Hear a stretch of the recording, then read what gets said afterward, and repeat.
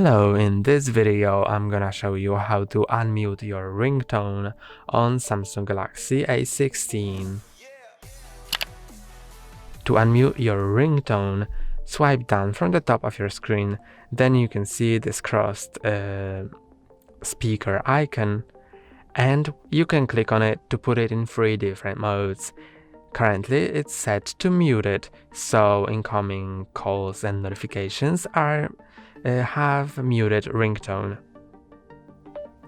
This is sound mode, so you'll hear incoming calls and incoming notifications tones. And this is vibrate mode, so you will not hear the sound, but you will feel vibrations from incoming calls and notifications. I'm gonna put it in sound mode to unmute it. That's all for today. Don't forget to like and subscribe. See you next time.